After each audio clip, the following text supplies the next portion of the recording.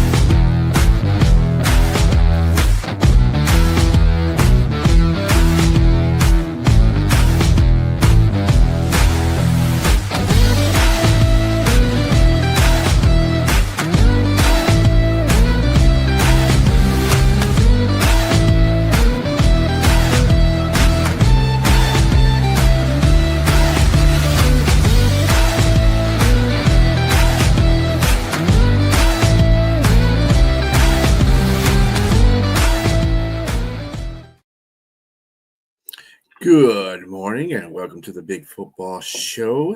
I am BA and I'm here with James and Jack, my compadres, for today. I hope that your football Saturday was interesting for college football because it sure was interesting. And we'll be talking about the NFL games today. Jack will have to we already got Keith not here. So Keith is in a land far away called a cruise ship, so we don't know what's going on there. But Jack will have to depart because he's got prior engagement, so he'll let us know when that happens. But let's get into college football yesterday. All right, so let me give you the top 12 playoff rundown. And good morning, Monkey. Number 1, Ohio State beat UCLA 48-10. Number 2, Indiana beat Wisconsin 31-7. Number 3, Texas A&M. That game was scraped by South Carolina 31-30. Number 4, Alabama loses to number 11, Oklahoma 21-23. Georgia 35. Number 10, Texas 10. Number 6, Texas Tech 48, UCF 9. Number 7, Ole Miss 34, Florida 24. Number 8, Oregon 42, Minnesota 13. And number 12, BYU 44, TCU 13. Oh, by the way, number 9, Notre Dame 37, and number 22, Pittsburgh 15. I found the Texas A&M South Carolina quite intriguing. I don't know if you guys had caught some of that game, but when I saw that, I was watching another game actually, but when I saw that South Carolina was ahead 30-3 at halftime, I was like, "Oh, let me go watch this because this is kind of woo." And then Texas A&M just mounted a heck of a comeback on them. It's like there was two different teams that played. There was the ugly Texas Tech or the Texas A&M team, and then there was the good Texas A&M team. I don't know what happened in the locker room, but somebody got some message through to them because they came out firing. I'm not unfamiliar with this. I mean, I'm going to tell you, LSU had 2 games against Texas A&M last year and this year where it was a tale of two halves. They kind of messed around and made mistakes, mishaps in the first half, and then come out. Whatever they talk about it in the second half, they just tell you that it goes to show you that they're a talented team. But somebody fell asleep at the wheel in the beginning, and then finally they just, collect themselves and show their resolve. And as a team, what are they ranked? Number 3, number 2? Yeah, they're number 3. Yeah. Yeah. So a team that's like this, they can't keep doing this because again, you don't want to see this in the playoffs. In the playoffs, it's one and done, and you're going up against much better talent, and you can't do this in the playoffs. But it shows resolve. To come back 27 and to win the game is highly impressive, and it just says how talented that team is. And Marcus Reed is a sleeper for me for Heisman. I think he might be a guy that might challenge some of the, especially with the game that Ty Simpson had today, and and some of the other guys that have already had issues like Mateen. He was out for a few games. I don't think he's a Heisman front runner anymore. But definitely great game, like you said, man. And it's a great comeback and it's resolved. It's what you want from your team. If you know that and I don't think they should drop either because it was any given Sunday or Saturday and any given SEC game, you never know who you're coming up against. Yeah, there's a parallel to an NFL game many, many years ago. To me, because with the same exact thing happened, same exact score. When the Washington Redskins won the Super Bowl, their opening game the next year was against the Dallas Cowboys in Washington. And the Redskins, are defending Super Bowl champions, led 30-3 at the half. And the Cowboys come back and win 31-30. You think they'll be demoralized. That's how the season's going to unfold. Yet, when they played again, Washington won 34-10 and went on to go to the Super Bowl again that year. But this is a bit different because South Carolina, what are they, 3-7 now? And Texas Something A&M, like that, yes. Yeah, Texas A&M is unbeaten. But is anyone taking Texas A&M seriously as a national power? Because it's hard to imagine some of the other big schools falling behind Carolina the way they did, getting in that hole to begin with. Yeah, I would say they should take them seriously because look at Georgia, didn't look all that great all this year, and yet they showed some resolve. And in the beginning, Alabama looked terrible against Florida State, and then they went on to go 8 straight, and then they just got knocked off today. I mean, I know we'll talk about that later. But I don't think there's any solid team outside of Ohio State and Indiana that looks like they're, world beaters. Everybody looks beatable. And I think we start from that first game where Notre Dame played Texas A&M. Texas A&M, they came back to win that game. It was high scoring. They both were in the 40s. And so that's kind of where they are. And I think I still think they're finding ways to win. So it's hard to knock out the team and say that I'm not really scared of them or they don't frighten me because they do. To me, they do frighten you if they're down 30 and they have the know-it-all to come back and score in the second half and light somebody up. So yes, and I agree with you, South Carolina, not a great team, but they play. Texas A&M has played some great teams this year in the SEC. And I think do they still have Alabama? I'm not sure. No, they don't have Alabama. I think they still have a couple more tough teams to play, and man, look out. Now let me ask you both a question. Do you think it's harder in college to come back from that deficit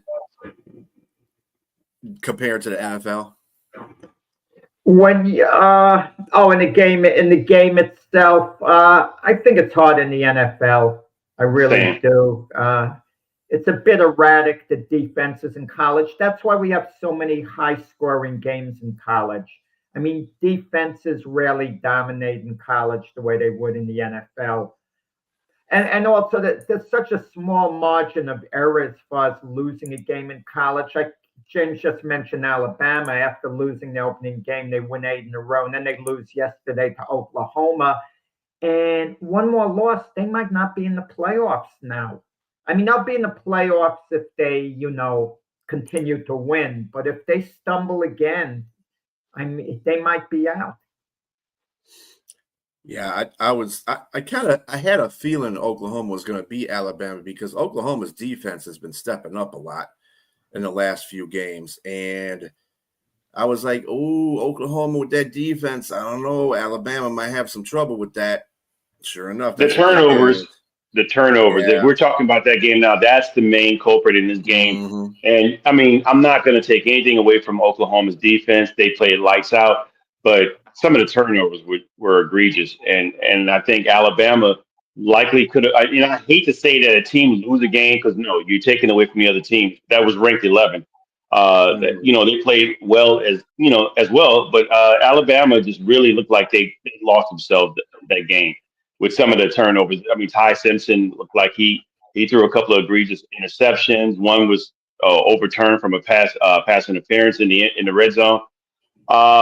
Man, they just looked like they were trying to lose that game. But shout out to Mateen and Oklahoma, and particularly that defense. They came to play and they won the game. You know, I felt that Ty Simpson had problems in the last game too. Did he throw a couple interceptions in that game as well? I think that's where this is See, and this is why I said going against Oklahoma might have been a little bit, because he was already starting to digress a little bit. And you come to a certain point in the season, you start digressing as a quarterback, I guess, from that. What is he? Is he a sophomore or senior? Senior, I believe. Yeah. Well, he's set to get drafted, so he's at least a junior. Okay. What Alabama quarterback hasn't been drafted? Yeah, when was true. the last? Yeah. True. Has not been drafted. I mean, Alabama's a drafting factory. Last year, Jalen Milroe was drafted a little lower, but there was even some talk he could potentially be a starter at some point in Seattle. But you just look at everyone from Tua, Hurts to Mac Jones, on and on. Well, let's take Hurts out of the picture because obviously he went to Oklahoma. But let's go Tua. Let's go. What's the kid's name? Bryce Young, and there's one more that was first round, Mac Jones. So those three were first round quarterbacks. But prior to that, man, most of those guys are like late round draft picks because they weren't. Joe Namath, Alabama. Well, we're going way back. Okay, so now you're going to go way back. There's a long stretch of gap between there, Jack. But in the Nick Saban era, let's just say that in the Nick Saban era, there's only been about three guys that have been, first round draft picks or high draft picks. At some point in the draft, they get drafted, and there's a thought that maybe they could be a starter. Yes. Like Milroe, for example, he was picked in the 5th round or something, or 4th round? I forgot, but there was some thought that I think it was it 4th round? I think it was the 4th round for Milroe. Yeah, I think Seattle picked him up in the 4th round. Yeah. Yeah, Keith, I agree with you. I think Ty Simpson that was his moment to try to shine. That it definitely took it away from him, for sure. Mendoza is probably like a front runner. And then again, like I said, Marcel Reed is probably in that mix as well. Yeah, they just been. I know Mendoza's been rolling. Well, the way he pulled out the game against Penn State, people remembered that play. That's the one play that's going to stand out during the season, in all probability, when it comes time to vote. That he came up big in the clutch. Yep. Mm-hmm. I could have mentioned Kenny Stabler too, and I didn't. No. I'm glad you didn't. Yes. Some of our Georgia's pounding of Texas there, man. Dude, 35-10. Texas looked like they didn't even belong in that game. Well, until the middle of the third. I mean, it was a great game. Up until then, it was 14-10. It was close. I think the backbreaker was that onside kick. That had to deflate them, because they collected the ball. They were up 21-10. That it was over right then. And they got the ball 28-10. The game's over by then. Because now you're forced to your quarterback, Arch Manning, has to come back and win the game. You can't run the ball. You got to try to air it out, and that's not his game. His game has to be predicated on having some ability to run the ball, and they couldn't. Mm-hmm. Yeah, Texas was supposed to have this vaunted defense, and it just, I mean, they've been good at times during the year, but disappointing as well. And yesterday was a case of it. You couldn't keep the game close, and they've been like just. That's not true. It was 14-10 in the middle of the third. That's a very close game. I think the onside kick really changed everything. I understand, but you're talking about 4 quarters where you have to show up. I don't want to hear they were really good for 2.5 quarters. If your offense is not helping you out and you're on the field against a really good offensive, and they're running the ball. I mean, I hear what you're saying about them. They can't stop the run. They're running the ball, and you got to give credit to Gunnar Stockton. 5 touchdowns. I mean, 4 touchdowns in the air and 1 on the ground. And yes, they are peaking. I agree. It's just Georgia's just good. They looked a little shaky in the beginning, but now they got Kirby's got that team lined up now. So that's one of the teams that you're going to be looking at in the top of the playoffs probably. Yeah, they're peaking at the right time. It kind of like Alabama kind of fell short of that because of their loss, but Alabama's picking up right where Alabama should be picking up. So yeah, they're doing very well too. Notre Dame beats number 22 Pittsburgh. I try to tell everybody that Pittsburgh has a chance. No, they don't. Notre Dame is they're playing really good. They're playing real good. And I didn't think Pittsburgh had a chance. I like Pittsburgh too. I thought Pittsburgh was playing really well this year. But Notre Dame's on a whole different level right now. They started the year slowly, disappointingly, and they seem to have gotten it together. But you want to see Notre Dame truly tested against one of the powerhouse schools before you could really evaluate them. Notre Dame lost 2 closely contested games in the beginning of the season. I mean, against I just mentioned Texas A&M. Again, 40 points. You score 40 points in the game, you're supposed to win the game. The defense didn't show up, and they went up against. Now we're looking at a Texas A&M that's ranked number 3. So that was a really tough game for them. And the second game, it was a tough game as well. But now they run the tables. It's up for them to get to the playoffs from here on out. They will if they win out, and they will definitely. I believe they will win out. I think they're going to get in the playoffs. How they fare in the playoffs is. Correct me if I'm wrong. There's still a selection committee, correct? And Notre Dame, because of the magic of their name, is always going to be given the benefit of the doubt, as is Alabama, if push comes to shove. Yeah, but they actually are playing like a really deserving playoff team. I mean, I agree with you. I don't like that kind of thing. I don't think you should be picking a team just because of their name, like you said, Alabama. If Alabama loses one more game, they're out of it.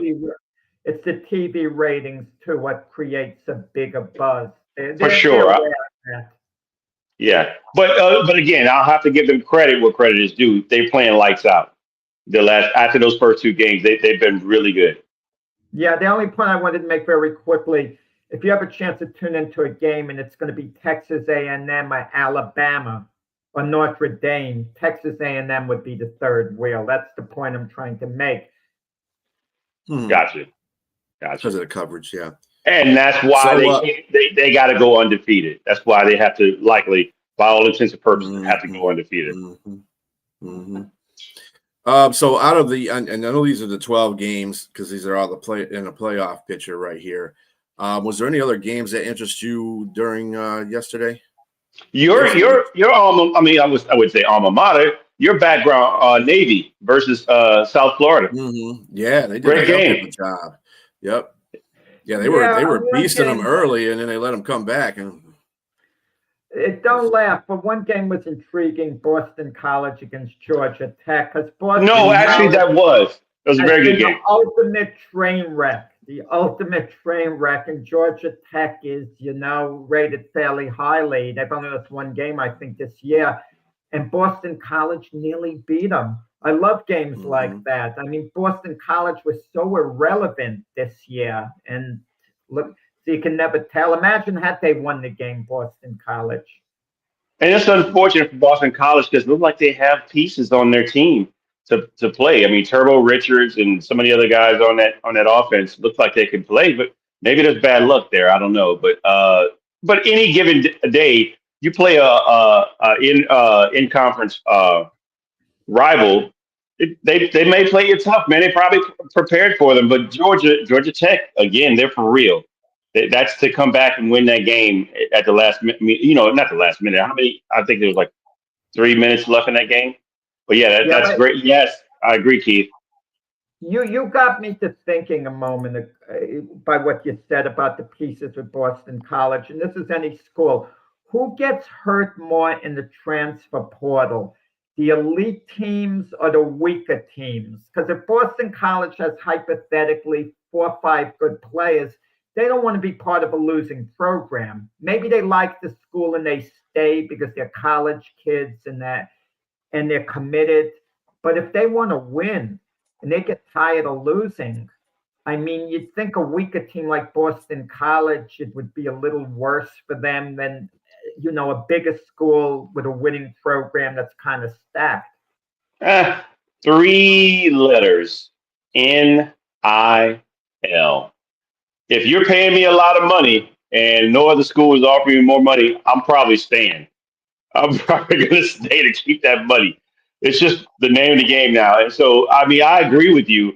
It used to be like when the transfer portal was around when there was no money around. Yes, some of these guys would go and play, or maybe some of the talent that's not starting, that's behind, like say, for instance, or Turbo Riches might be another running back behind him that's waiting in the wings and they're not winning and I'm not playing, then yeah, maybe I'll go there. You might lose some of that talent. But if I'm being paid enough money to stay here to play, and get an education, I'll put quotations with that.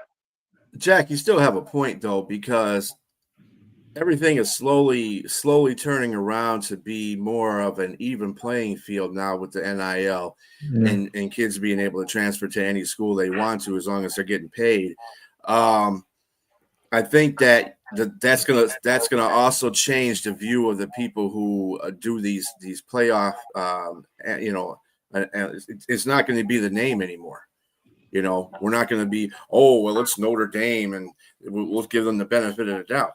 No, because you might have a Division I team that on a lesser playing in a lesser conference that might be just as good as Notre Dame at one point, and then you have to give them credit because they got great players on their team because of the NIL. So it's going to take a while for those incumbents to change their mind as well. Over the next few years, we should see a more a more balanced. It's not. We're not thinking about Ohio State or Michigan or LSU or any of those colleges as a name. We're looking at the quality of the program and what they're doing that year and who they're beating. So none of that is going to change. Yeah, exactly. None of that's going to change until you legislate how NIL works. And the transfer portal. I mean, until you govern that and determine, like, hey, you can't leave the school and you sign maybe a 2-year contract to at least be here for 2 years or something like that. And you have a salary cap and how much money you can actually spend on the team. None of that will change. That's not going to change. So was there any other? I saw the Michigan game. I swear I don't know. This is the same. This is the same disgust I had with them last year. It's like, how are you 7-2? I'm trying to figure out how you're 7-2 right now because they're not playing really well. And then there was a big debate in some chats about the quarterback Bryce Underwood. You got to remember he's still he's 18 years old and he's a freshman. And he's a freshman in a truer word of that name. And I think I'd say it's a coaching staff. I don't like the offensive coordinator at all. He doesn't let him play up to his potential. And this is why he's, he doesn't play with a constant fury. Brian, I have no sympathy for you complaining about your team and that they're 7-2. We just got a coach fired. We spent $20 million on extra players for LSU. We have an interim coach, and we are now 6-4. And that barely beat. We got the golden boot that we barely beat Arkansas by 1 point. So kudos to Michigan for still being able to fight through and be 7-2. Well, this is linked partly to college, partly to the NFL. But Bill Belichick says he's not interested in the Giant job. But after losing his North Carolina team to Wake Forest yesterday, 28-12, who thinks the Giants want to hire Bill Belichick? I mean, who thinks anybody wants to hire Bill Belichick? The only sense it would make, unless the ownership is really sentimental, like John Mara going back to the past, because Belichick has obviously very strong roots to the Giants. As their defensive coordinator all the years when they won a couple of Super Bowls. But what makes anyone think, anyone would want to hire him in the NFL? So of course, he's going to say he's committed to Carolina. But the problem is Carolina really improving under him? They won a game last week. and you just want to see steady improvement. And I know I'm against moral victories, but you want the games to be competitive. And his teams, I mean, they play hard, but they don't generate any offense. That's the problem. No offense at all, usually. And that's been the case all season for the most part. So we talked about this the other day, and you kind of poo-pooed what I said that I mean, because you said he already shut it down that he's not. I think that he's not interested. I disagree with that. I think that's a smokescreen. I don't think he want. I mean, Bill is pretty much a well. He used to be a He would real take in the private snap of introverted guy. a finger, James. He would take an NFL job in the snap of a finger. I think he would too. No one is going to offer him a position. I think the Giants would. I think the Giants would. I think you give him just to see. I think to kick the tread on the tire, see what they can do with him. He was never the head coach there. He was the defensive coordinator there under the Big Tuna, and I think maybe he wants that to see if he can win a championship himself. And then he wants to get back in the NFL, like you said. He definitely wants to get back in the NFL. And what if they offer him? But they need to get rid of their GM. I'll be honest with you. They still need to fire their GM at the end of the season and give Bill Belichick that opportunity to be not just the coach, but also be the GM as well. I have a debate question for already tell you, Brian, you got to write it down because I'm going to forget. What would be a better fit for next season? Bill Belichick becoming the Giant coach or Rex Ryan coming back to become the Jet coach? What would be a better fit? Oh, definitely a good question. Good question. And everybody should have popcorn ready too, because it would probably be laughable as well. It doesn't make a difference where you think Bill needs to go. It's up to Jordan to tell him where he needs to go. Yeah, you ain't going there, Bill. Okay. Anyway. Come on. Hey, I got to throw that in there. That's always a popular thing. What other game? Oh, you just mentioned your LSU game. Is it? Yeah. Where do you see the real problem at, though? I mean, I know they won, but offense. Defense has been great. Offense has been the culprit, and clearly they benched Garrett Nussmeier, which is odd for me. I mean, I think he's been hurt most of the season, and with an oblique strain or tear or something like that. And you got Van Buren in there. He's not a better option. I think they just need to. It's going to be better when they get another coach, when a big name in there. And I'll be honest with you, this is big. This is not probably going to happen. But the Vegas has the betting odds. The top guy to be the guy to come in and be the head coach is Nick Saban. So that's where again. Yes. I mean, he shut it down already, and I don't think it's going to happen. But what Shaq said something as well about possibly Nick Saban coming back to that they're in the talks, that they've been talking to each other, LSU and Nick Saban, and Vegas again has the top betting odds of being the next head coach for LSU. I don't think it's going to happen, but I will do cartwheels if it does. Now, James, Saban can get a job anywhere he wants. Hypothetically, if Saban wanted to come back to the NFL, you don't think a team like the Carolina Panthers would seriously consider it, or the Atlanta Falcons? I don't think he would consider it. I think he loves college. I saw him on the Pivot on Ryan Clark's Pivot podcast, and they asked him what was his biggest regret. He said leaving LSU. He said going to the NFL. He said, mind you, I went to, let me say it, let me finish. He went to Alabama afterwards. Oh my goodness. He went to Alabama afterwards, but that would, yes, I can still do a cartwheel. Thank you. Yeah, but I don't think that. That's unfinished business. I figured that's what you're saying. With the Miami Dolphins, maybe he just wants to go back. Look, we heard the same nonsense of Rick Pitino. He's not going anywhere else, and he made it clear when he went to Iona, this is absolutely 100% my last stop, and then he leaves there and goes to coach St. John's. I mean, we hear that all the time. I mean, So that's what fair. Saban says, I wouldn't listen to. True. But it's fair to say what you said, that there may be unfinished business in the NFL. But look, picture this. Maybe there's unfinished business with LSU. Maybe. Yeah. I mean, he ain't coming back. I think that's ultimate. I think that's ultimately you don't he want to can. deal with that. No, He's a guy. You don't Go know ahead. what kind of life he's living. Once you get away from coaching and the responsibility, you might not want to go through the grind. Some guys need the grind. Sure. Look at Pete Carroll. He needs the grind. Bill Belichick needs the grind.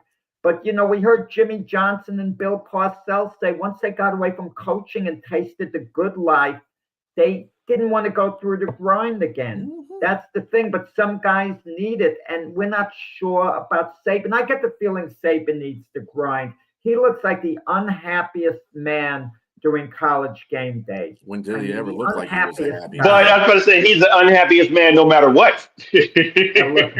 But can you imagine, but this scenario actually could unfold as crazy as it is. Saban can absolutely get a job as an NFL head coach somewhere. I'm not sure what franchise, but he would get one quickly when something would open up. And you know who would come back as his defensive coordinator because they're so close conceivably would be Belichick, conceivably. You could have that, and he's the only coach that Belichick would take that job as the defensive coordinator for because they have such a great relationship. I have to respectfully disagree with that. I just think that Belichick, at this point in his career, is not going unless he just doesn't want to coach anymore.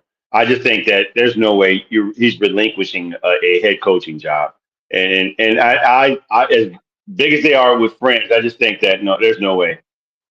I'm just talking hypothetically. Well, what could conceivably be what I could actually see happening? Yeah, I don't know what's going on. You'd have to ask James about that whole situation. You got to ask the governor about that whole situation. I have no idea as well. Yeah. He loves game day. Yeah, that's true. He does love game day.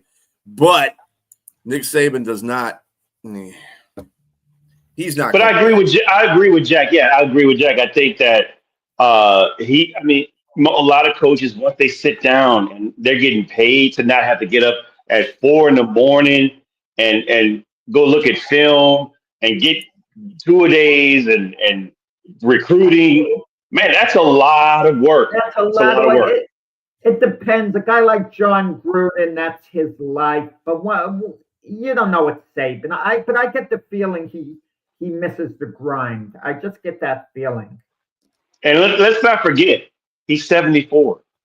Well, remember the Joe Paterno's line. He wanted to coach, until he dropped because he said as soon as he stops coaching, he's going to die.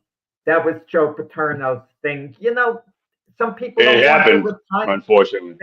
They don't want the retirement life. They don't want to play golf, beyond 1 week or something like that. They just need the steadiness of doing something that's, it's you get in society. Some guys want to work the whole time.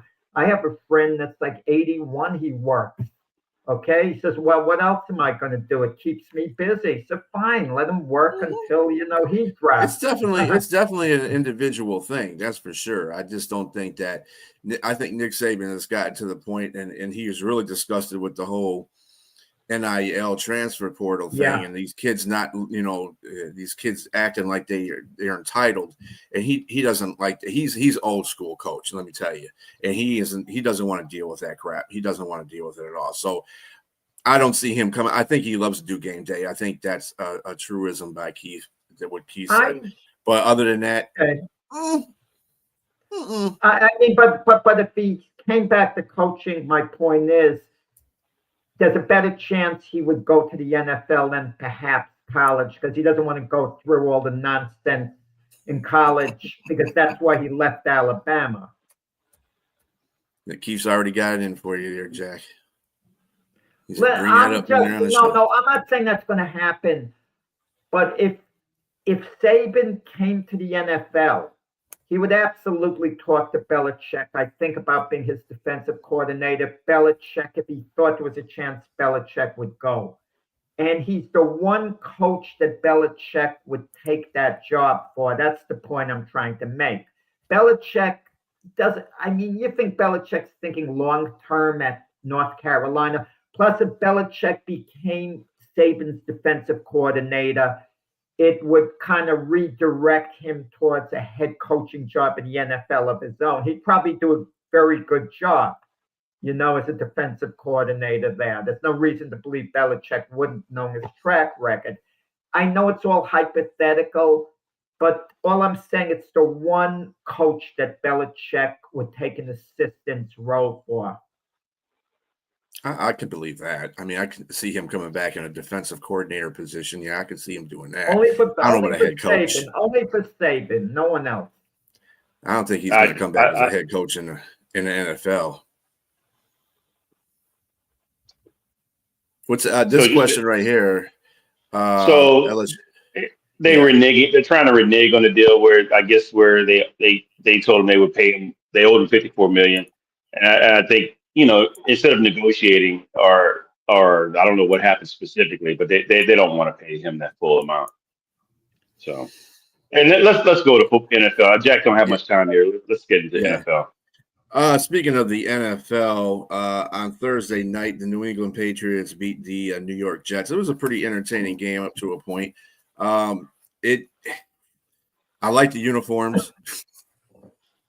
That's what I got out of that game. I like the uniforms. Other than that, it was New England. It was the Jets. I mean, where are you going to go from there? The only thing I could say good about Aaron Glenn is the guys are trying to compete. I mean, that's about the only thing. The Jets are far away. They're not building something there. I just want everyone to understand, when you're debating whether to start Tyrod Taylor, Justin Fields in the next game, what are you talking about? Tyrod Taylor should have no future as a Jet quarterback next year. So what exactly are you doing? Justin Fields is on the contract for another year. So play him out the rest of the year, even if he plays poorly or whatever, and see what you're going to do in the offseason. You're stuck with, someone's got to get blamed for the Justin Fields signing. If that was Aaron Glenn's thing that he pushed for that, he's got to be held accountable. I mean, there's been some discussion, and particularly in the Jets, the not commentary, but podcasting and media, that Justin Fields is not an NFL quarterback, at least not a starting one. And that's just where, it's just, I don't know if it's confidence as well, but his mechanics are bad, and he probably should sit down as a second. Once you sit him down, he's not going to get better. Justin Fields, this is his fifth year in the league. You're not going to sit him down, take some deep breaths and watch and learn. Forget about that now with the learning. He's been in the NFL long enough. And with Tyrod Taylor, it is a waste of time. Now, can Tyrod Taylor play a few good games? Sure. He could play a few good games. Maybe the Jets can win a few games, but you're thinking long term. I mean, I don't want to hear something that the Jets have. What do they have? 8 games the rest of the year. I don't want to see the Jets go 4-4 and hear, well, they're playing better now. They pick things up. I don't want to hear that. And you have to evaluate. If you're the Jets, you got to evaluate for next year. Everyone's auditioning. I'd let every guy know you're playing for next year. We're evaluating you. All of you guys are auditioning for next year. And see which guys you could build with next year. The next couple of years are going to be nice as far as the draft goes with the Jets. But there's got to be, every move you make now can't be just what would be a quick fix for the moment. It's got to be what you're planning on doing going forward. You guys still got Adrian Martinez as a quarterback? But the problem with Martinez is this. He might be the best college quarterback available this year, but is he a franchise-altering quarterback, it's highly questionable. If he was in another draft, he might be the 5th best quarterback. Just because he's the best this year doesn't translate it into him being a good NFL quarterback. It's questionable. What are we talking about? Martinez, he's on a team, right? Yeah, he's talking about. I think he was talking about. He played in the UFL last year. He played in the UFL. The UFL guy. Yeah. No, he went to no. I'm sorry. I mistook him with the Indiana quarterback. Mendoza. Mendoza. Martinez is with the 49ers, from what I understand. Oh, okay. Jets moved on from him. Yeah. Why did they move on from him? How would it have hurt carrying 3 quarterbacks, keeping him around? Yeah, I don't know. I think he's a pretty good. I would like to take a look at him. Yeah. He might not be a starting quarterback, but he's definitely a backup quarterback. He's behind, Purdy and Mac Jones, but Mac Jones is probably not going to be with the Niners next year because he's played well enough where someone will probably be interested in him. But then again, with Mac Jones, where can he find a starting job next year? I mean, the teams I'm looking at a little bit would maybe be your Saints, perhaps. And maybe the Carolina Panthers if Bryce Young doesn't play well the rest of the year. So I'm going to have to strongly disagree with that because I think you saw, even though it's one sample size, one game, Tyler Shuck looks to be the guy that. Okay. Yeah. So I would say, no. But we got to wait and see. And he's got an easy way going the rest of the season. He's playing Atlanta. He's playing Carolina again. He's playing Miami. He's got an opportunity to put up some skins on the wall. So I think Tyler Shuck. And if we didn't, we'd probably be drafting a guy, a quarterback. But I think we're going to win some games probably to take us out of that number 1 pick, our number 2 pick. I mean, I agree with half of this statement, Damian, but not getting them any help. First of all, there's a whole bunch that goes along with it. I mean, you practically got to redraft a whole offensive line and save the guy that's out for the rest of the season because their offensive line sucks. They got to get more weapons around him. They don't have any weapons around him. One guy, Wilson is out. So, I mean, who they got? No, I'm going to disagree with that. Fields is just not good. And I backed him up on a lot of things. I thought, Chicago didn't help him out. I think, he showed a little bit of stuff when he was – but this guy holds onto the ball too long. He also pats the ball a lot. And he fumbles. He's one of the highest ranked quarterbacks. He's got 48 fumbles. He doesn't protect the ball, man. And now his one aspect that he had was running. He's not doing that. He needs to do it. He's been playing on teams that have no offensive line. He's got to make stuff happen. Trust Mike he's always in a bad situation with it. And any team he goes to, he's always in the bad situation. No, he wasn't exactly. He wasn't in a bad situation there. Where? Pittsburgh. Well, why didn't they keep him on there? Because because that was Tomlin's fault. That had nothing to do with Justin Fields. Trust Mike Tomlin. Russell Wilson Tomlin wanted to play Russell Wilson. That's the whole point. He said he's the starting quarterback, but he didn't play. He's coming in. When he played, he played okay. He didn't play great. So enough to unseat Wilson, right? He was 4-2.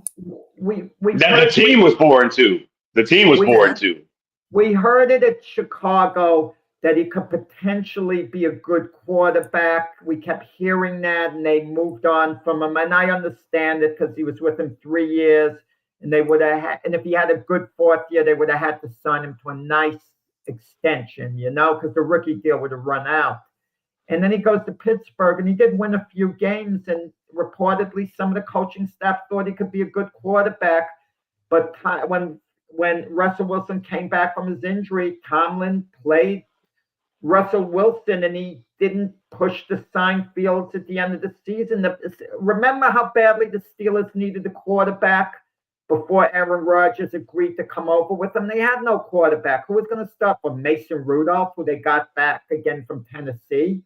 but they waited on Rodgers rather than and they let Fields walk. That should tell you something. Trust Mike Tomlin. He knows what he's doing. No, he don't.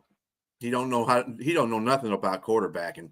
He was gifted Ben Roethlisberger when he came on that team. And that team, he's a defensive-minded head coach. This is exactly the reason why he's got Aaron Rodgers. I keep trying to tell you guys this because he is a veteran quarterback. He knows how to make play calling and change play calling in the huddle. Not like Justin Fields. Justin Fields doesn't have enough experience. Russell Wilson is through, so they had to get rid of both of them. And they drafted Howard. Arthur Smith is an excellent offensive coordinator for the Steelers, and Russell Wilson could have played with him. He could have run plays for Russell Wilson. I'm not seeing it. All right, let's go to the next game. Anyway, so the following game is going to be the Commanders at the Dolphins. Well, it's in Madrid, Spain, and the Dolphins are favored by 2.5.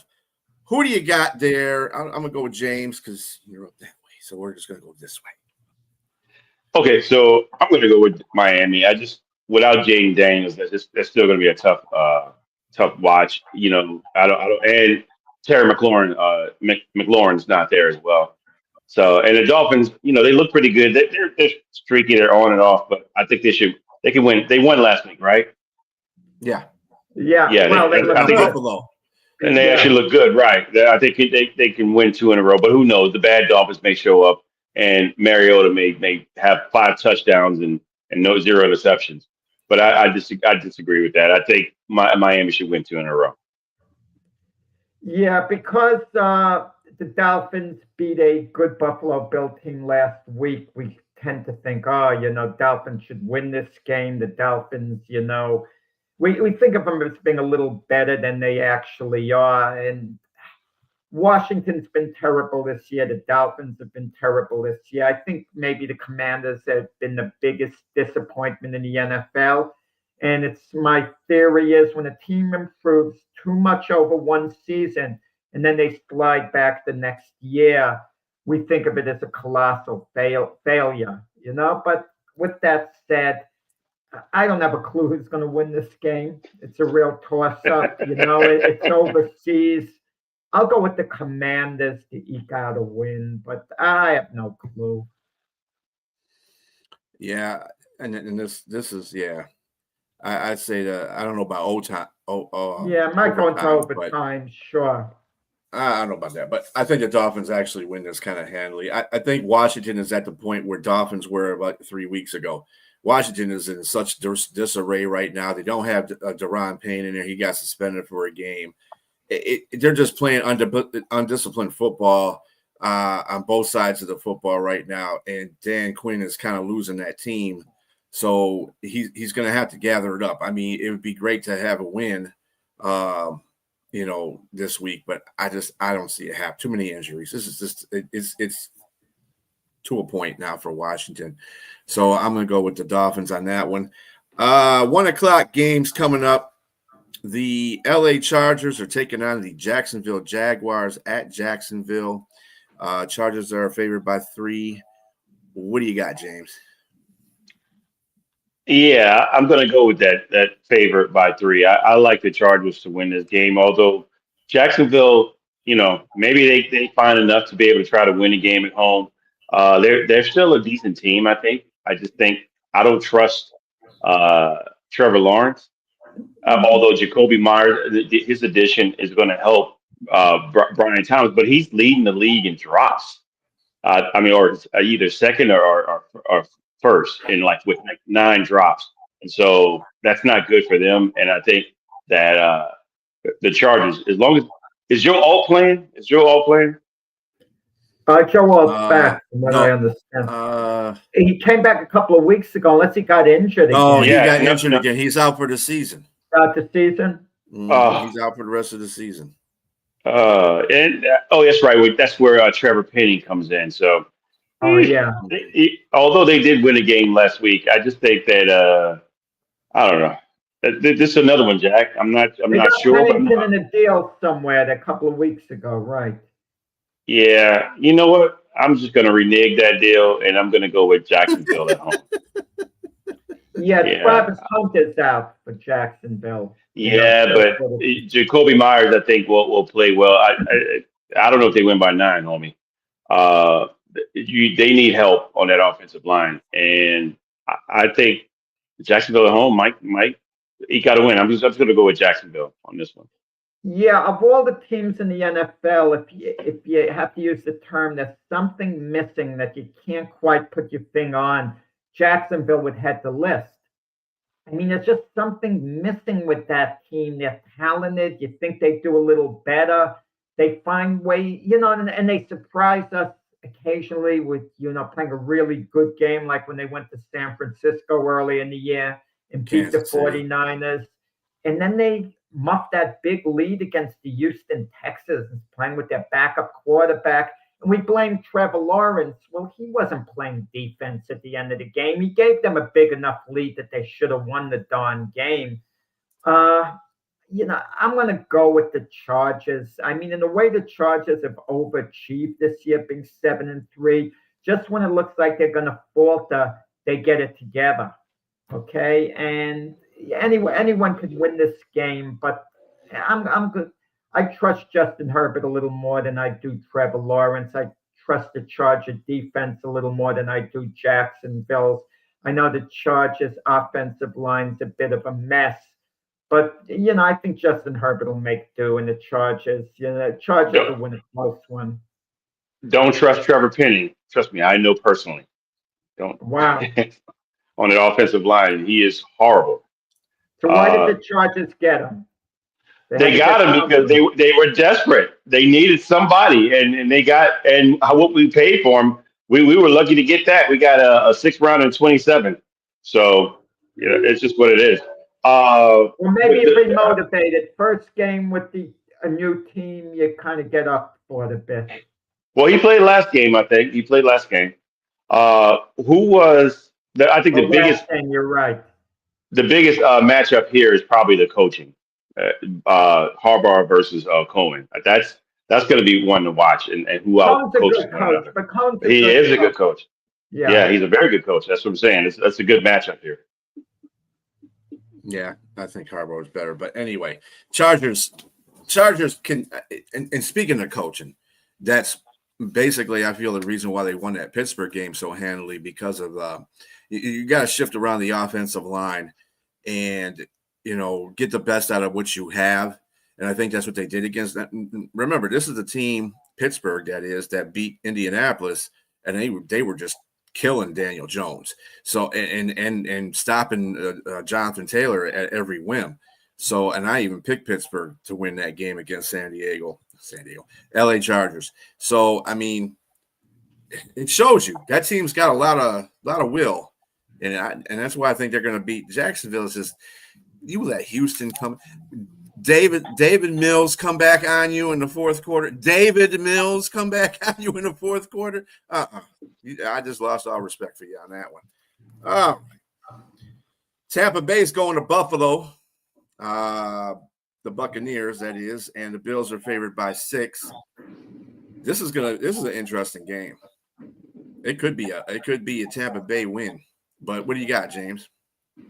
Yeah, I think both teams. Look, Buffalo all season has been plagued by giving up big chunks on the run.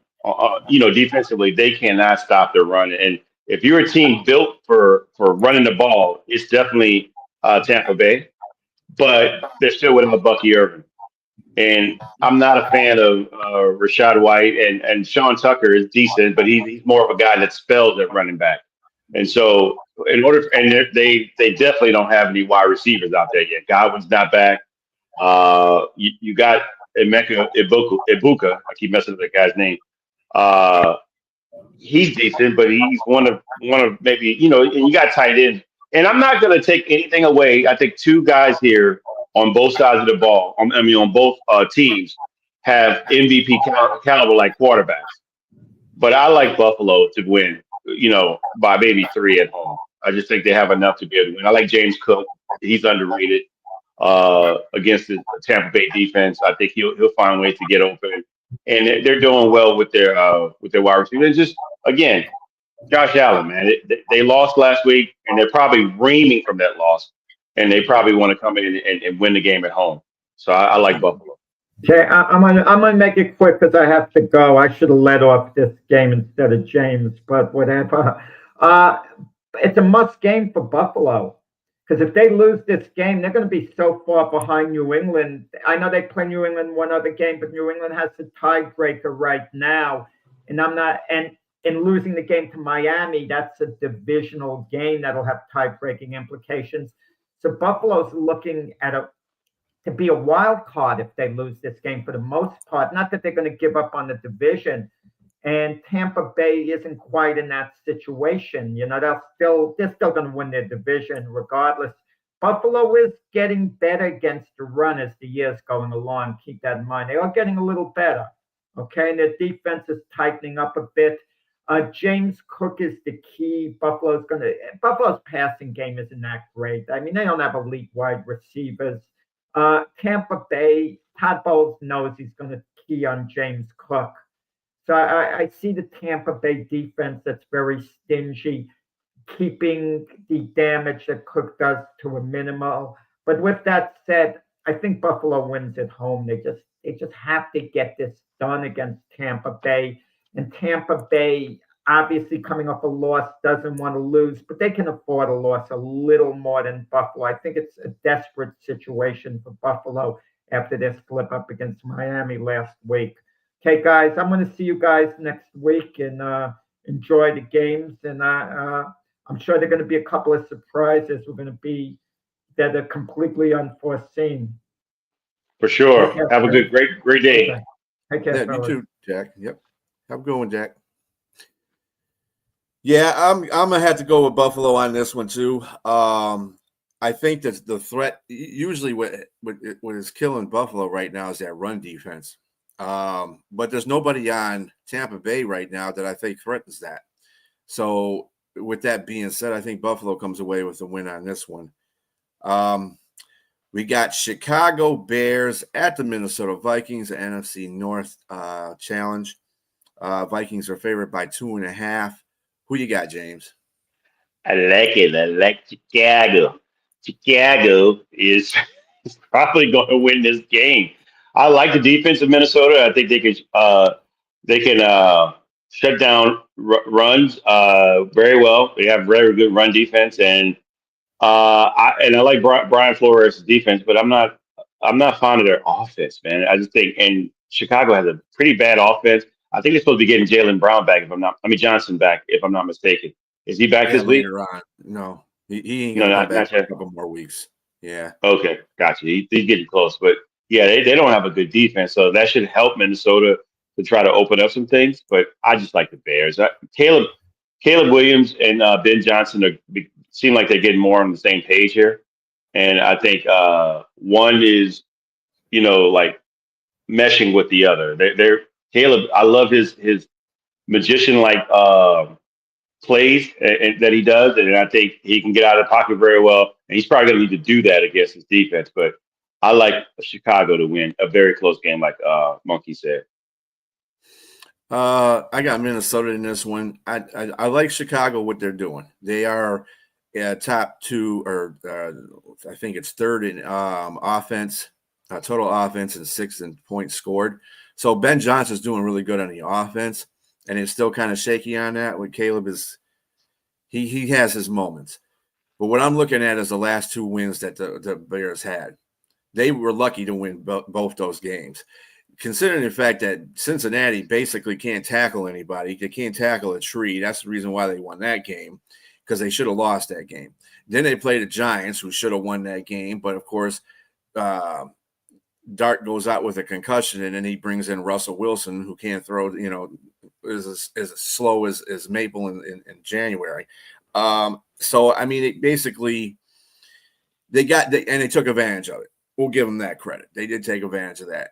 I think the Vikings are they didn't have a very good game against Baltimore. Baltimore is up and coming, though. So They did have a good game against the Lions, but that's because they came out against the Lions. They did that. They didn't do that against the Ravens. They didn't do that same thing.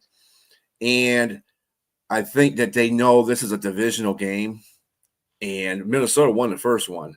So I'm sure Chicago wants to half and half it, but I just think Minnesota is just still so much better than the defense for Chicago. Chicago's defense is horrible. It is. Yeah. Even with those guys in the back, they're horrible. But I'll take Minnesota in that one. Hey, Ben Johnson, I give credit to people in my division. I might not like them, but I give credit to them. They win, they win. I mean, they're good. They're good teams. That's why this division is so tough. Speaking of the NFC North, again, the Green Bay Packers are going to the New York Giants. Packers are favored by 7 points. Who you got, James? I don't know, man. The Packers, which team are we going to see? I mean, because they just been looking pretty blah lately. And I just think you're going to the Giants, barring some, mistakes that they've made, they could have won some of those games that they've lost. And so who knows what's going to happen when they go to New York. And I just, they're going to have to lean with Green Bay just because of where they are. And I think they're still talented. But I don't know. Love is not looking all that great. It's, the defense is, I haven't seen much keeping them in the games. I can say the defense for Green Bay has been pretty consistent. But I haven't seen much from Michael Parsons lately. I haven't seen much from him lately. But Rashawn Gary is the one that's really kind of benefiting from him being on there. So, I mean, their defense is playing to par. It's our offense is not catching up. And, of course, it doesn't help you when Michael Parsons throws your offense underneath the bus and say, hey, if your offense was scoring, we would win more of these games. Well, okay, Micah, don't start no crap. This is not Dallas, okay? Green Bay. He should say, I don't know. He said the truth, but the truth should be kept in-house. Right, exactly. Yeah, so I'm going to go with Green Bay.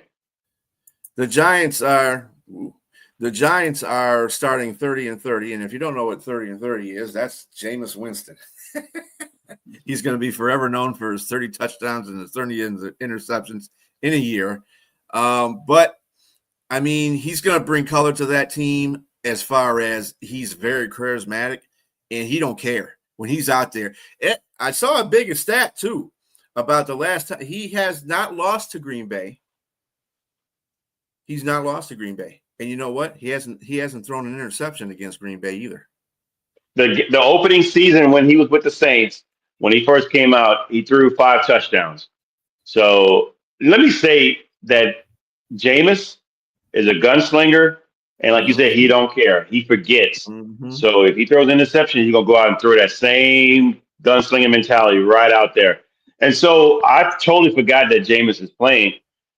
But who is he throwing to? That's the question. You got to have weapons out there to be able to throw to. And like I said, most DBs are comfortable at their stay at the Hyatt. And so I'm not really excited about a lot of the receivers for the Giants. And but Jameis, he might make some things happen. I mean, I don't know with the backups that are there. And so we'll see. I just don't. I think again, I'm going to give the benefit of the doubt to the better team, and they shall win. But you're right. Who knows? Anything goes with James with 30 for 30. I said, Jameson is going to throw six touchdown passes. Unfortunately, 3 are going to be for the Giants and 3 are for Green Bay. Going the opposite direction. Right. Yeah.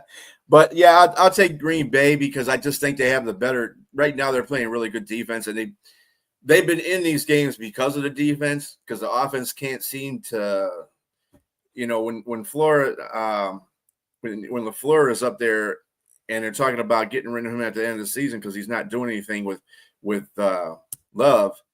I mean, Love has a potential to be a great quarterback, but the problem with him is when he throws deep, and he's got receivers that can burn.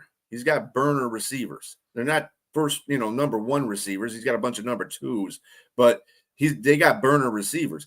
And I see a lot of times when he throws deep, he's not accurate.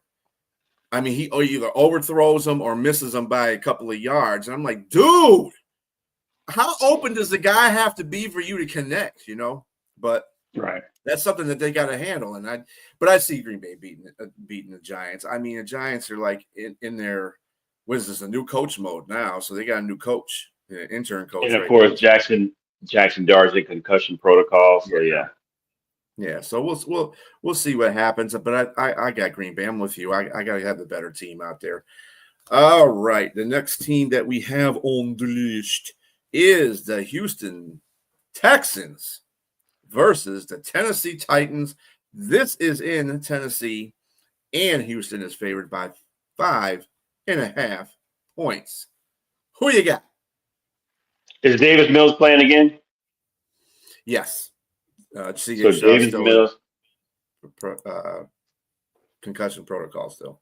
So, the Tennessee Titans has a decent defense. So I wouldn't be shocked if they make this a closer game than people might think. And I like Cam Ward, but there's just nothing on their offense that scares me, especially going up against the Texans defense. That front four, man, is just ridiculous. And then you got the guys in the back end and the secondary. I think defense wins this game in a close game, and I'm going to go with Houston. I think Houston wins this game. I just don't see. It could be. I agree. It could be because I think defenses are going to shut both offenses down, and I think the Texans though win this in a closely contested battle. Well, here's a factual point for you. The Texans the Texans are number one at defense. And most of the defensive categories they're in the top 10, top 5, actually. Other hand, the Tennessee Titans are like last in offense, dead last. They're the Cincinnati Bengals of the offense. They are dead last. When you have a movable force or an unmovable force, as in the Houston Texans defense, and you remember they shut them out last time in Houston, 26-0. So I can see that happening again.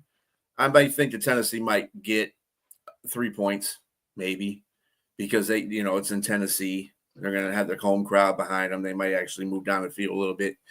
I just don't overtime. Oh, hell no. That ain't going to never happen. That ain't happening. Texas is just going to put another butt whooping on them like they did the last time. So the defense is just too much. Too much. These are interdivision rivals, man. So you never know. Yeah, well, yeah, they improved that with the 26-0 loss they gave them. That's the point.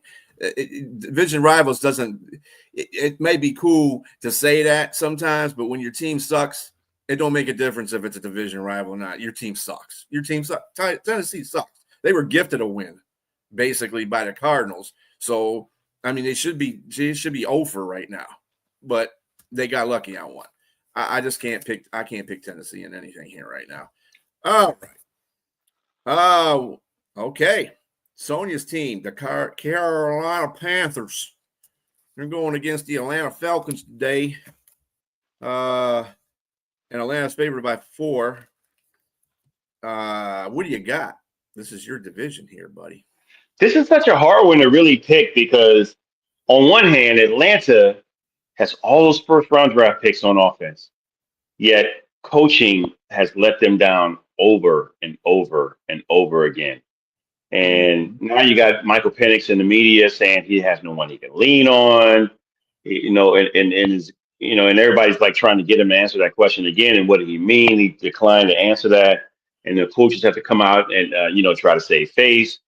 It's just not, it's a crap show going on in there. Something's dysfunctional. And the Panthers are coming off a loss to my team, the Saints. I think they were surprised by them. But they still got Rico Dowdle. They still have a great offensive line. The only thing that I'm really not sold on right now is Bryce Young. He hasn't, even in their wins, he's looked mediocre. And it really doesn't help them at all. So, because right now, you got Atlanta Falcons got a really good run defense, and they got a good pass defense as well. And so that doesn't go well for Bryce Young. And if you know that Rico Dowdle is your The only thing that's working right now, put 8 in the box, shut him down. You can try to shut him down, man. Because I mean, again, it was hot when he had 200 plus yards in 2 games back to back, but it's starting to slow down a little bit. The Saints maybe has shown a little blueprint on how to possibly stop him. And look, and rush your quarterback. He's 5'10". He can barely see above the line, so he's got to roll out. So if you stay in containment, don't let him roll out. You've solved half your game. The rest of it is just running Rico Dowdle. So I'm going to go with Atlanta to win this game at home. I just think that they got to figure it out with the offense. They got too much talent on that team, and if they happen to lose to Carolina today, heads should probably roll, and you should say bye to Raheem Morris and Zach Robinson. Mm-hmm. So the offensive coordinator, because there's no way that your quarterback comes out and say that he don't trust talking to any of you, and that's scary. I'll be honest with you. So as a matter of fact, I think heads are going to roll. I'm switching my pick. I'm going with Carolina. I think Carolina's going to upset here at home in Atlanta. You heard it right here on the Big Football Show. Well, I'm going to go opposite of that, or was the same it before, but I'm going to go with the Falcons because those are grown men playing out there, and I think they have some kind of pride after they got their behinds handed to them by those same Panthers in Carolina, and they've been coming out. They came off a pretty bad win against the Patriots. They like I said, they signed their 5th kicker. I'm just exaggerating for this season. But I mean, they gotta turn this around somewhere, and maybe the dogs will be caught off of Raheem for one more game. I think they're gonna beat the Panthers. I think it's gonna be close. Rico Dowdle, yeah, you're right, because Bryce Young is not impressing me. I thought he was going to come out with fire this year because he ended with fire last year. He has not shown me that. Dowdle has been that team offensively, and if you stop him, that's it. So that's why I got Atlanta, because they're going to focus on stopping him and then getting that offense together. I think Appendix will have a pretty good game. So I got them. All right. Cincinnati Bengals at the Pittsburgh Steelers. Steelers are favored by 5.5, which is kind of funny considering they got beat by those same Bengals in Cincinnati. So, and then they got beat by the Chargers pretty handily. Pittsburgh, that is. Who you got, James? So, if there aren't any major injuries with Cincinnati, I like Cincinnati to close out another win, even in Pittsburgh. I just think that the offense is just great enough. The defense is pure, unadulterated trash. So Aaron Rodgers should score some.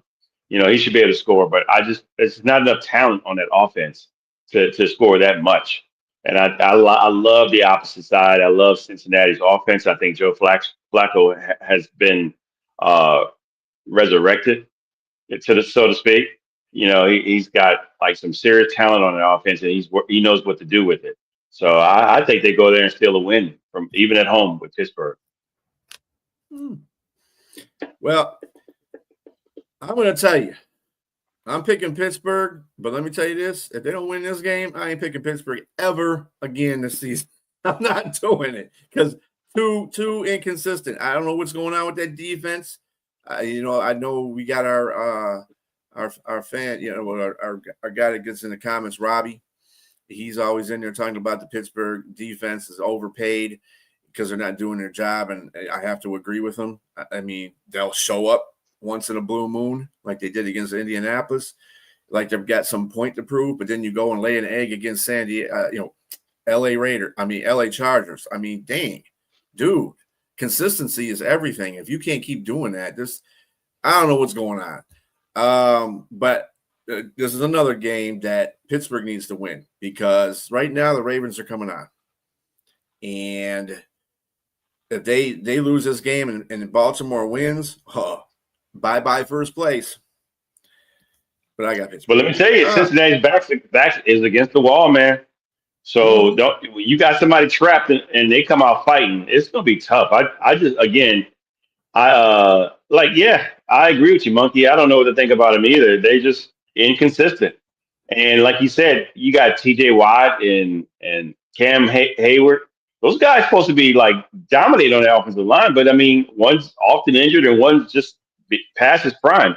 So I'm not sold on that defense right now. And I just think they here and there they could show some. They show like they still have something there, but as you said, being inconsistent.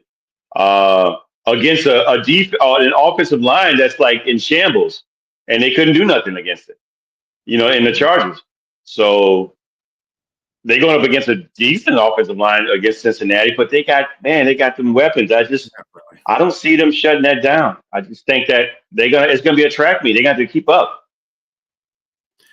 Yeah, I don't. There's like about 4 or 5 teams right now that are so inconsistent. And Pittsburgh's one of them. I think Jacksonville's another one that's inconsistent. They show some good play and then they don't. And then what's the other? Atlanta's another team. Hell, even Carolina's a team that does that too. You beat Pittsburgh one week. I mean Green Bay one week, and then you come and play New Orleans and you lay an egg at your own place.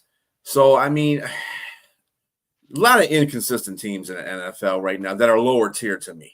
That are mid-tier to lower tier to me. They're just playing inconsistent football. San Francisco 49ers might fall into that one too.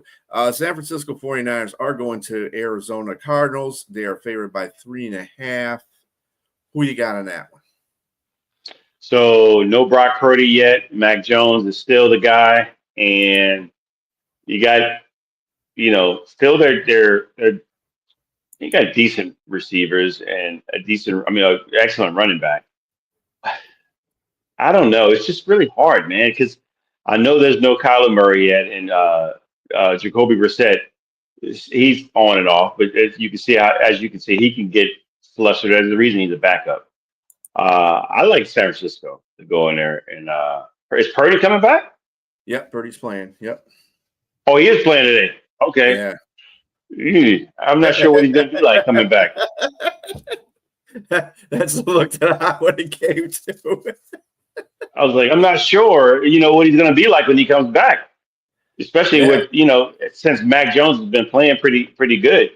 I'm still going to go with San Francisco. I just think that they have a really good defense still, even though they have a lot of missing pieces.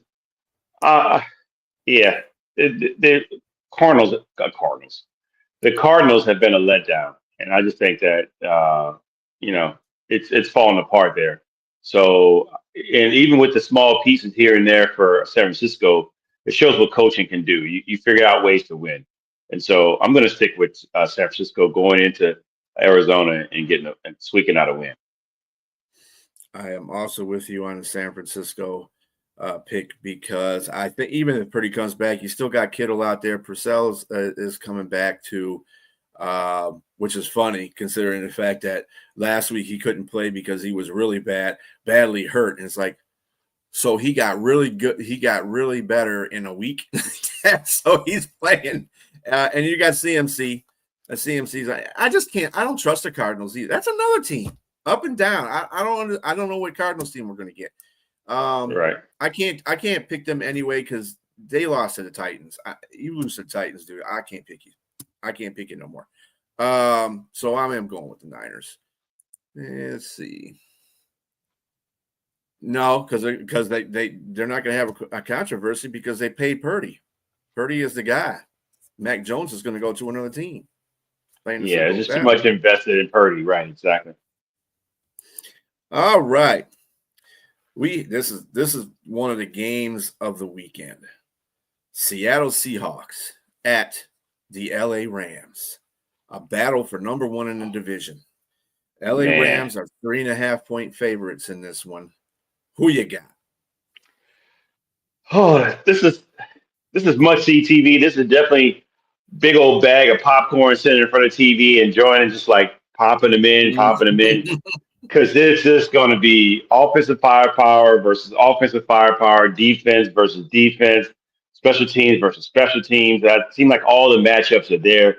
This is probably maybe We're looking at a possible NFC championship with these two teams. One's definitely, unfortunately, one can't win a division. One has to be a wild card, but could be a wild card with a high scoring, a high record.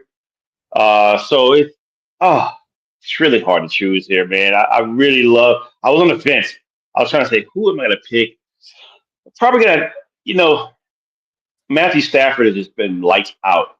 25 TDs, 2 interceptions. He's taking care of the ball. Even with that bulging disc, whatever it is he got going on, he's just been taking care of it, man. And he's playing the best probably he's ever played in his career, man. I mean, with weapons around him, I wasn't sure what Devontae Adams was going to be like. He looks good at his age, still playing top. You got is Puka Nacua out there too?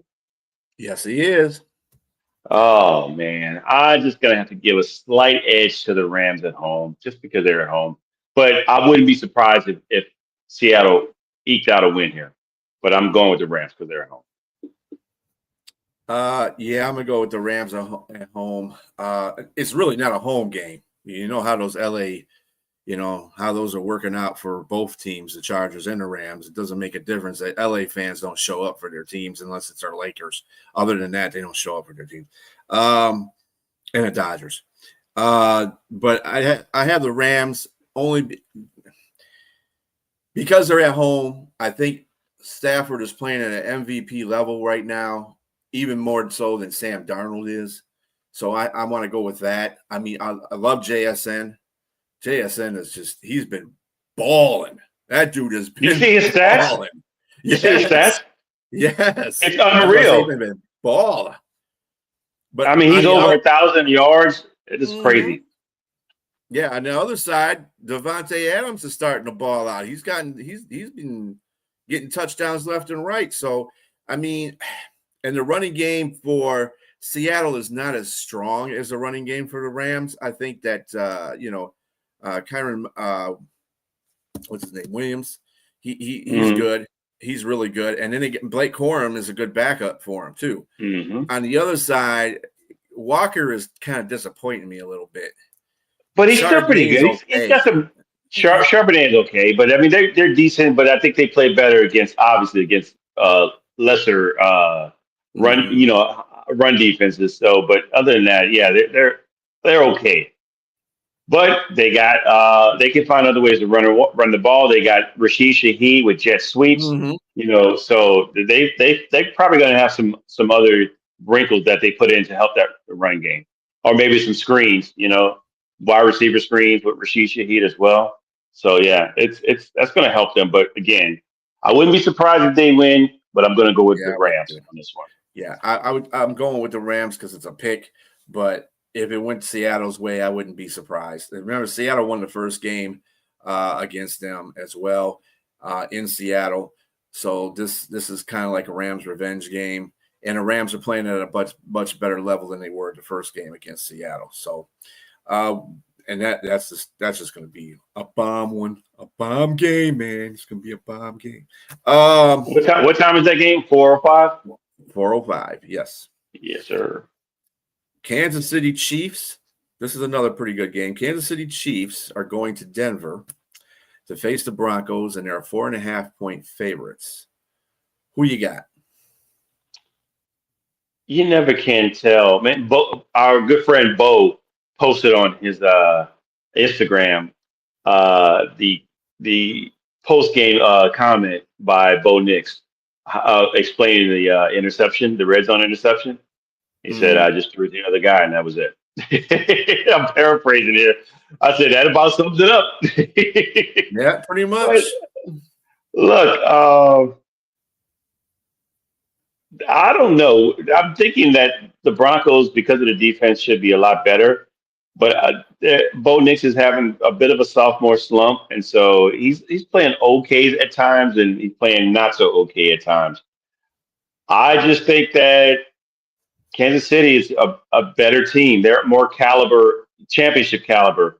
They have been all this time, and I think maybe it's the last go around. It's last go around for Travis Kelce. and they go in there and win this game. I think, and they're going to be without J.K. Dobbins, the Broncos. Maybe I don't know if Monkey knew that. So they would. I think he's out for the season, right? Yeah, he's out for the season. Harvey's not a bad running back, though. Their rookie running back. He's not bad. He's at all. decent. He's decent. But J.K. Dobbins was the guy in there right now. But J.K. Dobbins, his whole career has been injury prone, and so I like Kansas City. I think a close game on this one. I'm going to go opposite that with Denver because they're at home. I think their defense is just going to be too much for Kansas City. You lead the league in sacks. I think they're going to get to Mahomes a couple of times, more than a couple of times. I think they're going to disrupt that passing game. I know Patrick Surtain is not playing, obviously, because he's on his last – I think this is his last game before he comes back because they got a bye after this. So instead of putting him on IR, he just let him sit out. Injury, just put him on an injury report, but he'll be back after this. This is a game that I don't know if Denver wins this game, Kansas City is going to be in trouble because now they're. And that's why I don't think they're going to lose this game. Yeah, and especially without Patrick Surtain in the game, that's a big if. Because that who was defensive player of the year last year? Patrick Surtain. Mm-hmm. Having a great person to shut down one half of your defense is going to be missing from that game. And I think it's a big loss for them against a team like Kansas City. And Kansas City can run the ball. That means Pacheco, is he playing? Who's that? Pacheco. No, Pacheco. I think Kareem Hunt's starting. And he's still not decent. He's not bad, but I just like Patrick Mahomes. I think he's going to whip the ball all over the place, man. They got decent receivers. And Rashee Rice, again, it's going to be hard to slow that down because they're missing their best defensive player. But again, hey, it could like this person said, it could be a coin flip. But I got Kansas City needing that win. Their backs against the wall. They need, like you said, if they lose their game, they're in trouble. You don't want to never count out Kansas City because every time you count out Kansas City, here they come. It's to a point where you get sick of that. I'm telling you, can it end? Can it please end? Can you just be bad for the rest of the season and just go with it? But it's like Kansas City just comes out. The Empire was never. I mean, not the Empire until Darth Vader was and the Emperor were destroyed. So as long as you got Andy Reid and Patrick Mahomes there, man, it's just going to be tough. It's going to be tough, brother. Yeah, that could actually be a coin flip game for real, that one. I mean, Bo Nix has got to stop playing like it's not the fourth quarter in the first three, and then in the fourth quarter start playing again. It's like, dude, you got to play like this the whole game. What the, That's because we're not seeing the Oregon Bo Nix. We're seeing the Auburn Bo Nix. Yes. Oh my goodness. Get your inner Oregon in there, Bo. That's what you need to do. Yes. All right. We have the said Baltimore Ravens who are up and coming here going against the Cleveland Browns in Cleveland. And the Ravens are favored by 7.5. Damn, that went back. That went up too. Because it was like 6.5 before. Who you got? Ravens. They have to win. They are way behind the 8 ball and going up against a great defense. I just think that they're still it's gonna be a close one, but I think that they gotta win. They got to be on the backs of both Derrick Henry, which I think he may get shut down this game, and Lamar Jackson. There's just no way they're behind it. If they lose this game, that's another team that's in trouble. That's another team that's in trouble. And I just think they're gonna go win. Where are they playing? In Cleveland. Yeah, it's gonna be tough. I just think that, but I still think that they go there and find a win. And I'm not trusting Dylan Gabriel on the other side. It's just not. He's average, man. He's a rookie, but I mean, he's not playing like a superb rookie. He's playing like a maybe He probably should have been drafted in the 5th round or so, 6th round. He's given all he has, and it's all he has is average. All he has is really average, and they're not even thinking about putting Shedeur Sanders in. So it's what it is. I think and you got Jerry Jeudy dropping the ball here and there. You got a couple of nice tight ends in Njoku and Fanning out of Bowling Green, the rookie, but I just don't see much happen against. I mean, the Ravens' defense is okay. I mean, they're all right. It's probably what got them in trouble is not they're getting better. I think that's what it is. Mm-hmm. They're getting better. Then they should be better against this offense. They should be better against this offense. So I like the skilled and experience and talent of Baltimore's offense versus Cleveland's offense. So they went a close one. I don't think it's by 7. It may be by about 4 to 5 points or so. I don't know. Baltimore 7.5. It seems like a lot, but they are playing much better. They are. I can see a considerable difference from when they played the Lions to when they played Minnesota. They're playing considerably better. And Lamar is it right there. He's the guy that gets that engine going. And Cleveland has hard time with him anyway. Yes, it's divisional ground. Let's bring in the cliche. It's division. But I think Myles Garrett might get a couple of sacks, but I don't think they're going to win. And Cleveland is just they're through. And I think the Ravens win this one. Maybe about 6 points, maybe 5 points, even by Monkey said 5 is good. All right. Sunday Night Football. We have the Detroit Lions versus the Philadelphia Eagles in Philadelphia. Philadelphia is favored by 2.5, and for good reason. Who you got, James? You know what? I'm going to bow out. You got on all your gear. Let's let you have the first go at it because it's the Lions. Because and I will say this is the second best game of the day. So this is a great day for football today. Between that Rams versus Seattle game and this game here, I'm looking forward to seeing both. But I'll let you have it first. I'm gonna let you know something, and Brent's gonna be mad at me for saying this. I don't feel this game. All of a sudden, I don't feel this game. There's just too much going on the Lions injury report right now. Porter's out for 4 games. Laporta, the tight end, he'll be out for 4 games. Kirby's not going to be back to safety. Tyrion Arnold's not going to be playing in the game. It's in Philadelphia. Philadelphia are still the Super Bowl champions until otherwise unseated. I know Philadelphia is going through some things too with A.J. Brown. That dude just needs to shut up. That's what he needs to do. But even with that being said, I love my Lions, but they have problems when they play teams above 500 a lot of times. And it didn't do very good against Kansas City. And Kansas City wasn't even, I don't think they were they 500 at the time? I think they were under 500 at the time. Or just under 500. They went to Kansas City and lost. I mean, it did beat Baltimore. And people picked Baltimore to win that game. But and that was before Baltimore was going through their bad issues. But as a football purist, not a fan, I would probably give this one to Philadelphia by a field goal. I think this game is going to be won by a field goal either way. It's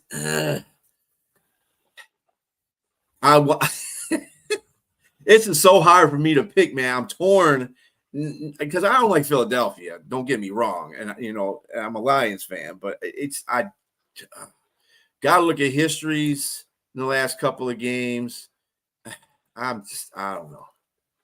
I'm gonna say I'll go with the Lions by 3, but I'm not real confident in that. I'll just put you that way.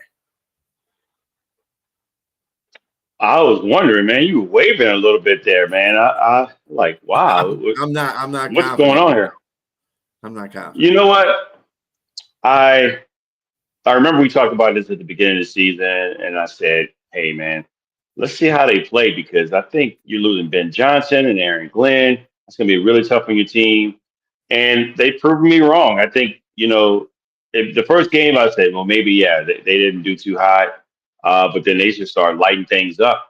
And I think offensively, you guys are better off than the Eagles losing Kellen Moore. I think losing Kellen Moore, it changed. They look drastically different offensively from last season than they do now. That Saquon Barkley's not getting his 2,000 yards.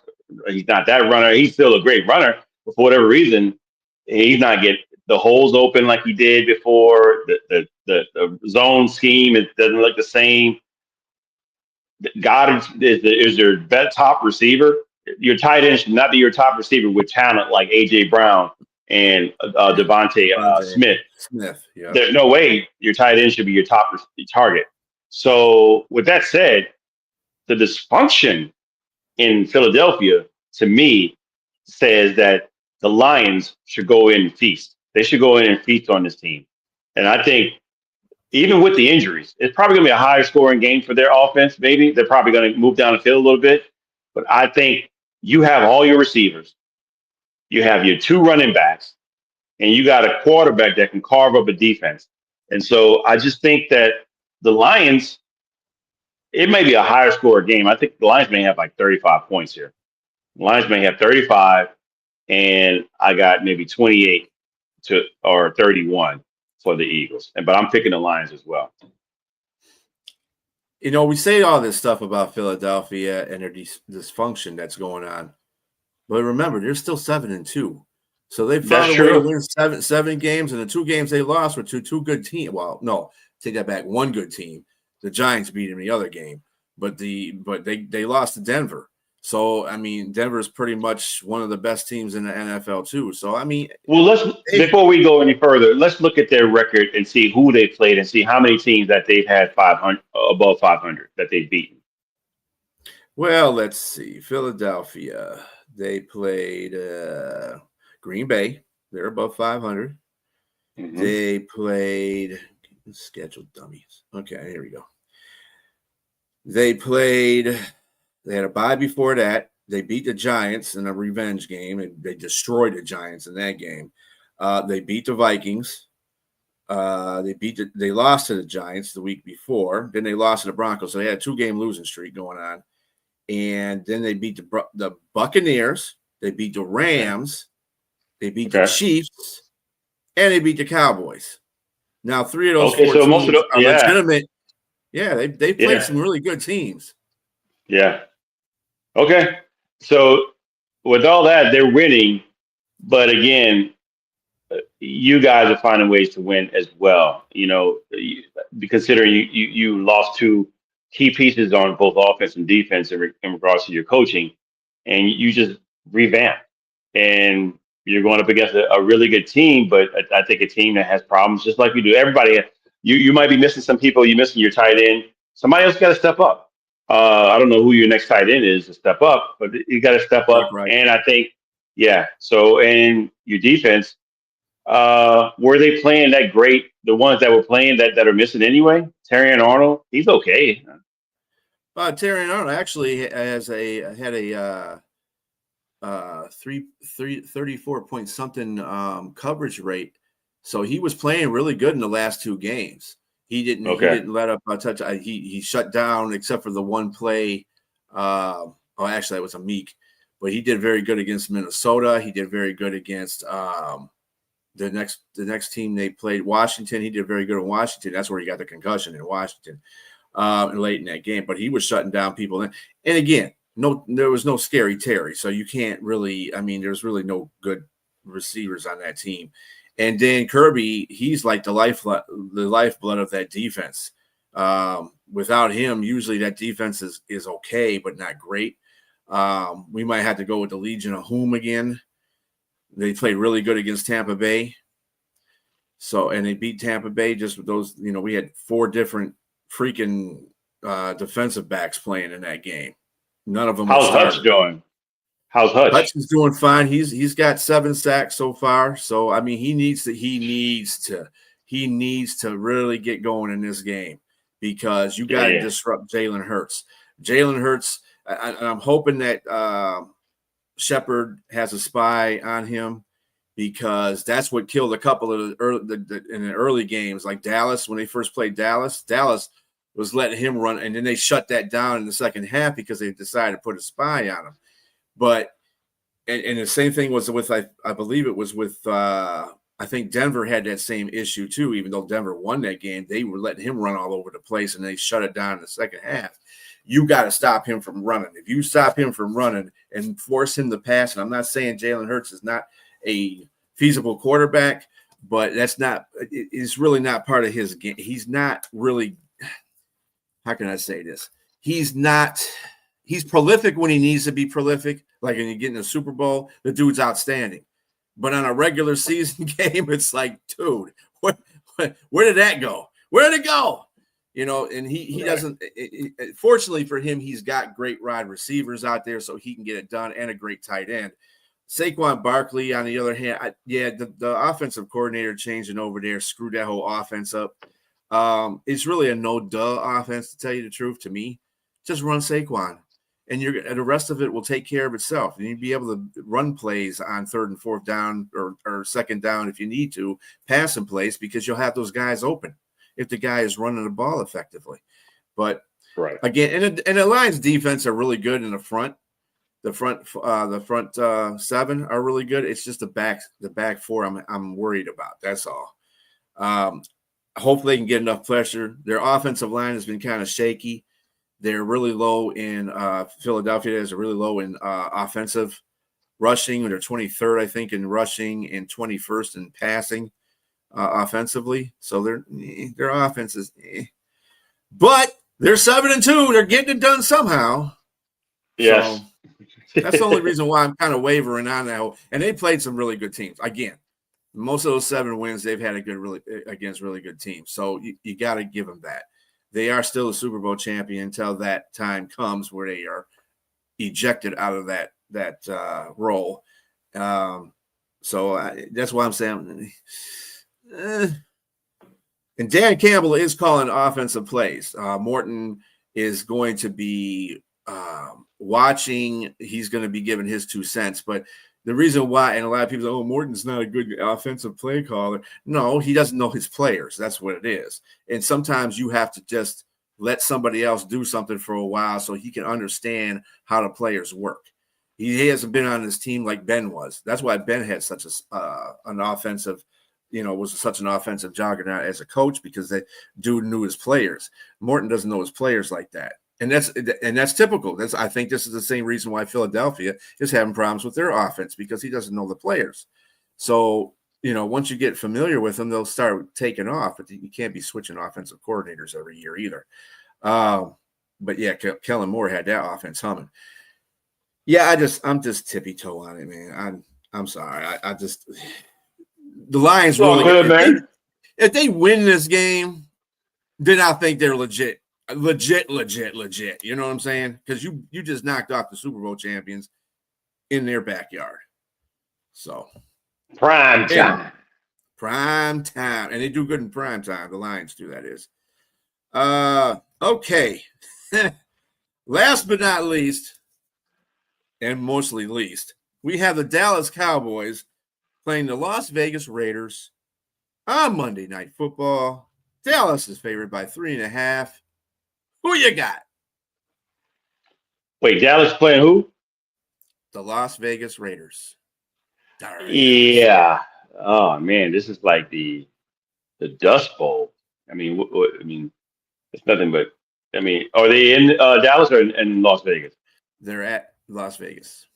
Yeah, definitely a Dust Bowl in the desert where they should all be buried. Oh, I'm just kidding. All those of you out there with all the rest of the mobsters and their Jimmy Hoffa and everybody else. I'm just kidding. Yeah, Dallas, man. There's no way. I just don't see the Raiders. Is just really such a disappointment. I thought I would see Pete Carroll, Geno Smith, the rookie coming in, running the ball. I I saw the hair. I'm thinking Marshawn Lynch. Yeah. I'm not. The offensive line is terrible. They're just their whole scheme is just bad, man. They need help. They need help, and I think maybe Ashton Genty has a better year next year, man, when he gets a little bit more offensive line, maybe some wide receivers. They got rid of Jacoby Myers, maybe addition by subtraction there because he wasn't happy there. But I just don't see them beating Dallas. I think the offense of Dallas is just smoking, and they're gonna light this defense up, man. I just think that Dallas is not a good team, mind you, by all intents and purposes. They're not good. But offensively, they still can, and Dak is still MVP caliber, I think, to some degree. But I think against a really bad defense, he should light this team up. Oh yeah, the Cowboys are still fourth in total offense, and they are. Why do I have my paperwork all messed up here? That's not supposed to be last. And they're fourth in scoring offense. So their offense is not a problem. We know this. Dak is playing at a good level. I don't care what nobody says about Dak Prescott. He's a feasible quarterback. He gets it done. As long as he doesn't get hurt, the dude is golden. I mean, you got to remember a few years ago, he led the number one offense. Dallas was the number one offense in the league. So he's getting back to, and plus he's got CeeDee Lamb and Pickens. So, and let's not forget Jake Ferguson. Jake Ferguson's out there balling too. Yeah. And they have a pretty formidable running back too. So, I mean, it's their offensive line is playing a lot better. The one thing I want to see in this game, because they just got him in a trade, is Quinnen Williams. Yeah. I want to see how this defense can. Yeah, I want to see if they can stop Genty, because if they can, Vegas really has no chance in heck to win that game. So right, I'm not giving Vegas any kudos in this one. That's another team I'm picking against most of the season because they just Geno, man, come on, dude. I don't know if he thought that Pete Carroll thought that he was going to reinvigorate Geno. I don't know what that was, but Geno has not been the Geno we are used to seeing, like when he was in Seattle. Heck, no, that dude is straight not good. All right, well, that's gonna take care of our slate of games for today. Was there anything else that you we got a couple more minutes left? Is there anything else that you are looking forward to see in this day of football? Well, the Saints are on a bye, so not really much in regards to that.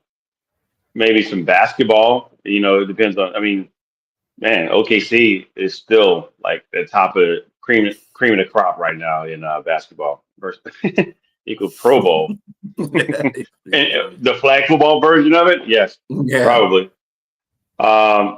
It's not much else. I guess we can send a rest in peace to Easley, that the Seattle Seahawks great Hall of Famer. Yeah. He passed away. Rest in peace, man. What a tough player. He was one of the players when I was growing up that I watched, because I used to like the Broncos when they had John Elway, and he was near the end of he was when John Elway started, that's when Kenny Easley was still playing. Still, he was on the end of his career, but he was still playing. He was great. Whenever the Broncos played Seattle, and remember they used to be both in the AFC West. Yeah. So they used to have some slob knockers, them in Seattle, Broncos in Seattle. And Easley, boy, he used to piss me off in some games because he was a phenomenal safety. He was a very underrated, phenomenal safety on Seattle. And I remember some games when they were, John Elway was doing his little drive thing, going down the field to score a point. This fool would come out of nowhere and pick the ball off. And I remember one game, it was a regular season game before the playoffs, and they had to play Seattle again anyway. But they had to play Seattle, and I don't know I don't know if John Elway didn't see him or he I don't know what happened. The receiver ran a wrong route or whatever the case may have been, but Kenny Easley came out of nowhere, picked the ball off and returned it for a pick six. and that's how the Broncos lost that game. I was like, dude, come on. I hate Seattle, but he was a really good safety all in all. So yeah, prayers out to his family. Yeah, he's on some pretty bad teams, man. But he and Kurt Warner, is it Kurt Warner? Oh, no, Kurt Warren, the running back. Kurt Warren, yes. They were the best things about Seattle back then. Yeah, but other than that, they were trash. Well, they were in a few playoff games. You got to remember they also had what's the guy that Jerry Rice used to break records with all the time? Steve Largent. Steve Largent. Yeah, Steve Largent was a big part of that team also, too. They had a pretty decent team. Not in the 70s, more in the 80s that they had a pretty good team. But in the 70s they didn't have a good team, and then of course they went to the Super Bowl in 2000s. But that's when they already went to the NFC. And I kind of missed that because I like those battles in the AFC West with Seattle. Kind of was really hard to get used to adjusting when Seattle came into the NFC. It was like, it's an NFC team. I got to remember that. Chris Warren. Yeah, Chris Warren. Well, Chris Warren. Chris Warren. Thank you. Chris Warren. Yeah. Thank you. There's been some things on I've been seeing online to the G League and Brian Starnes. Oh, come on, monkey. Let's be serious. Maybe his son, yes. But there's no way LeBron goes to the G League. What about, I guess we got 10 minutes, man. I guess maybe we could talk about our top. It's probably something we would have to think about, maybe like our top 5 running backs all time or something like that. I mean, we could go with anything, really. I mean, basketball seems to be put into this conversation a little bit. You alluded to it. The Pelicans fired somebody. Yes, Willie Green, I believe. Willie Green, head coach. Yeah. Mm-hmm. Yeah. I mean, did you see that coming? Kind of. Yeah. But I also saw that. How long has he been coach for the Pelicans? I think he was just 1 year last year. I'm not sure. It's not good though. They just haven't been good.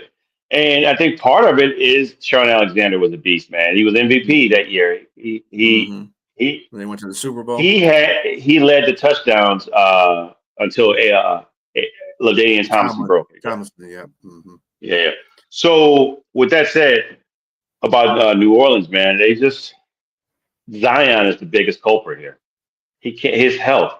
He just can't stay healthy, man. Even with the Ozempic, I mean, and I'm assuming that's what he did to lose all that weight. But yeah, let's not say that. I'm not saying that he did Ozempic, but to lose weight and to be healthy on the court, it didn't help. I mean, he's still having issues with the hamstrings and everything else, man. So the best ability is availability, and he's not available most times. And right now, they got a bunch of rookies. Jeremiah Fears, Queen. Those guys have promise. Sadiq Bey and Jordan Poole that they added to the team. They all can make a really decent team, but man, it missing Zion is a big issue, and it doesn't get any better when you have teams that are coming up like the Spurs. Even though the Spurs lost to Golden State, they lost a close game to Golden State. The Spurs are really no. I never liked that name, but I always say the Pels. It's just goofy to even name. I mean, because just because your bird is a state bird doesn't mean you should name it after. Find something else. They could have went with the Jazz. I mean that's unfortunate. The Jazz didn't change their name. We could have got our name back because again, no one. To me, yeah. That's there is no Jazz in Utah. Come on. Not at all. Not at all. Not even on a CD. So it's just goofy. So yeah, they should have gave that name up and changed to something else out there. But like the morons instead of the Mormons. Yeah, for keeping the name. That's what you call them, the morons. The morons. So yeah, definitely. I just don't. Yeah, I don't like the Pelicans either. So yeah, Monkey, I agree with you. This is a terrible name. But yeah, they got is doing preemptive stuff, thinking that maybe this is not going to be the year that they get anything done. I mean, it's still early. It's still early. I mean, we only played 12, 13 games in an NBA season, so it's still early. But I think I think that he's making some preemptive strikes here, just so For that sure. next year comes, everybody will be on the same page. Right. And there's got to be something to say, okay, this is not uh, where the leadership is. I mean, so you got to let them go because you got a lot of young players in it. So you want somebody in there that's going to come in with them and be able to galvanize and collect and keep the team disciplined and competitive. To maybe get at least 500 this year. Maybe they can. Maybe that whoever the interim coaches, I forgot who they named, but can get them 500, and then maybe we can get a healthy Zion back in. Who knows? That's a maybe, a big maybe. But Well, I agree with the move. Who would step up as leadership as a player if Zion is the one that gets taken out next year? I mean, if he's not playing with the Pelicans next year, who would be the next guy you think that would step up in that role? I don't know because that's a big if because you're looking at somebody who was number one overall, and that's a big talent to shoes to fill. It's just like wow. But again, he's not healthy. So I'll be honest with you. I like Derek Queen. I think he can do some things. He's been showing me some things, and maybe he has the leadership skills to be able to do some things. I like his skill set for a big man. But I don't know who you bring. You got to bring in a marquee name to come down and play. But who wants to come down there to New Orleans? I don't think many names people want to come down there. But yeah, he's very disappointing in Zion, man. It's just I don't know. It's just he's just unhealthy, and that's the biggest thing because when he's on, he's on. Oh man, you want to trade one problem for another? Oh, I don't Right. know if I want. Come to New Orleans that has been the murder capital of the world at times, and you want to carry the man that likes to brandish his guns down there? No, Mm-hmm. no, I'm not bringing that down there. Yeah, but Go I to any mean, Texas talent team. wise, Ja is great talent wise, but were you just asking about leadership? He's immature. That's not a Mm-hmm. guy you want there. You want somebody with some good leadership skills. Like who they really miss is C.J. McCollum. Great leadership down there. That's a player that they miss, and so they need somebody like that to come in, and you need a marquee talent to come in to replace Zion. And I don't know if they're going to have that. And so we'll see. Right now, Sadiq Bey is decent too as well as far as leadership goes, but they need a serious talent to be there to replace Zion if he's not going to be there. Speaking of Sadiq Bey, who was an ex-Piston, those Pistons are second in the league right now as far as record rise. Again, I But understand. first in the 14 Eastern games. Conference, though, they're first in Yeah. the Eastern Conference. Yeah, they're 3 games ahead of the New York Knickerbockers. So Yeah. I like to do this because I like doing this to Nate. He's like, yeah, well, they're not going to be able to sustain it all year. All you got is Cade Cunningham, dude. Did you not watch the game where all 4 starters didn't play and they beat the heck out of Chicago? Yeah, they got other people that can score, bro. Come on. Yes. And it's the beginning of the season, but I think Detroit is for real. I think Detroit's for real. So, and I'm not liking a lot of the teams on the Eastern Conference. So I think it's wide open. And you know who's at the bottom? I mean, the third from the bottom, Boston. Yeah, Boston's They, playing some pretty horrific basketball right now. Yeah, they're missing their top guy for but sure. then, yeah, I mean, they're missing a couple of guys, and they trade for a couple of guys, trade away a couple of guys too. I mean, I don't know what they were doing there, but they're not going to be. I don't think they're going to be in contention this year. I really don't. I just don't see it. I think Cleveland Cavaliers are doing pretty well. In fact, one of the games I did see the Pistons play, I wish I didn't see that game because the Pistons were just horrible in that game. They got their butts kicked by Cleveland at the Palace on top of it. So it's like, it kind of reminds me, some teams will come in there and play well, kind of like how Carolina Panthers went into Atlanta and played Atlanta and just dominated them and won that game. But then they play New Orleans and they can't do the same thing. It's like two different teams. I was like, this is not the Pistons that I was watching the last couple of games. What the hell? Would they change uniforms or something? What happened? Because they were. Well, Cleveland's noted for their defense. They have really good defense, though. Cleveland. It wasn't even their defense. I mean, these dudes couldn't make a layup. I'm serious. I was saying that to one of my my boys in Texas. I was like, dude, these guys can't make a layup. They can't make a layup. They must really stink. I said, yeah, they can't make a layup. They were bouncing stuff off the rim. It's like they couldn't make a shot to save their life. And Cleveland went on a 20-something run. It was over from that point. I was like, yeah, let me turn this game off. But they have improved. Cleveland's still up there. They're 9-5. So they've been playing some pretty good basketball. But other than that, I mean, the Knicks are kind of up and down.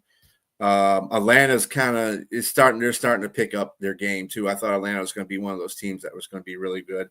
The 76ers, Orlando though. I sure thought Orlando, and again, let's be reasonable about this. It's still beginning of the season, so they could still be good. But Orlando's not starting off very well. But yeah, I know you don't like basketball, Monkey. That's what it is. When Boston sucks, yeah, that's right. Yeah, all right, exactly. But go ahead. Yeah, we're at the end of our show here. Thank you for holding on with us there. We talked a little basketball, even though this is a football show. But hey, we got through everything pretty good without Jack and Keith being here, because usually that's what draws it out a little bit, all four of us being on the same panel. But have a great day. Watch these football games. Hopefully that the Lions will make everybody happy, except for Philadelphia. Go Lions. Go Lions. And Seattle Rams, check that out. That'll be the pregame for the game. That's what I say. And join Jack and Keith tomorrow at 8 a.m. in the morning, and Jack and Frank at 7 p.m. for Gloved Fist. Everybody have a great day again.